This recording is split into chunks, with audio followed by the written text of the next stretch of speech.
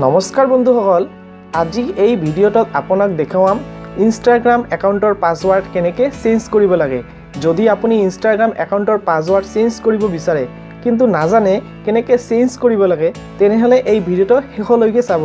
আজিৰ এই ভিডিঅ'টোত আপোনাক দেখাম ইনষ্টাগ্ৰাম একাউণ্টৰ পাছৱৰ্ড কেনেকৈ চেঞ্জ কৰিব লাগে।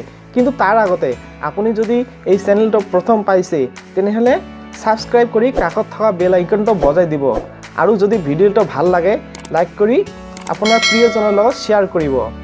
সো বেছি দেৰি নকৰাকৈ আমি ভিডিঅ'টো আৰম্ভ কৰোঁ।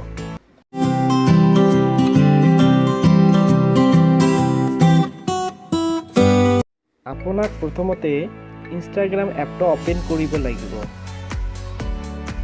ইনষ্টাগ্ৰাম এপ অপেন কৰাৰ পিছত একেবাৰে তলত সোঁফালে প্ৰফাইল চিনটোত ক্লিক কৰক। প্ৰফাইলত ক্লিক কৰাৰ পিছত ঠিক ওপৰত সোঁফালে তিনিটা লাইন আছে, এই তিনিটা লাইনত ক্লিক কৰক। ক্লিক কৰাৰ পিছত চাব একেবাৰে তলত ছেটিং অপশ্যনটো আহিছে। এই ছেটিঙত ক্লিক কৰাৰ লগে লগে আপোনাৰ সন্মুখত এনেকুৱা এটা ইণ্টাৰফেচ আহিব।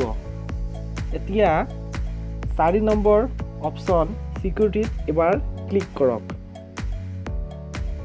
এতিয়া আপুনি পাছৱৰ্ড অপশ্যনটোত ক্লিক কৰক। পাছৱৰ্ড অপশ্যনত ক্লিক কৰাৰ লগে লগে আপোনাৰ সন্মুখত তিনিটা অপশ্যন আহিব: current password, new password, reenter new password. Current password অপশ্যনটোত আপোনাৰ যিটো কাৰেণ্ট পাছৱৰ্ড আছে সেইটো দিব। নিউ পাছৱৰ্ড অপশ্যনটোত আপোনাৰ নিউ পাছৱৰ্ডটো দিব আৰু ৰিএণ্টাৰ নিউ পাছৱৰ্ড অপশ্যনটোত আকৌ এবাৰ নিউ পাছৱৰ্ডটো দিব।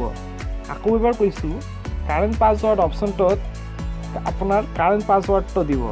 নিউ পাছৱৰ্ড অপশ্যনটোত আপোনাৰ নিউ পাছৱৰ্ডটো দিব আৰু ৰিএণ্টাৰ নিউ পাছৱৰ্ড অপশ্যনটোত আকৌ এবাৰ নিউ পাছৱৰ্ডটো দিব।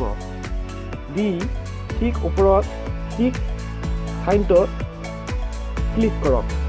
ক্লিক কৰাৰ লগে লগে আপোনাৰ নিউ পাছৱৰ্ডটো এক্টিভ হৈ যাব।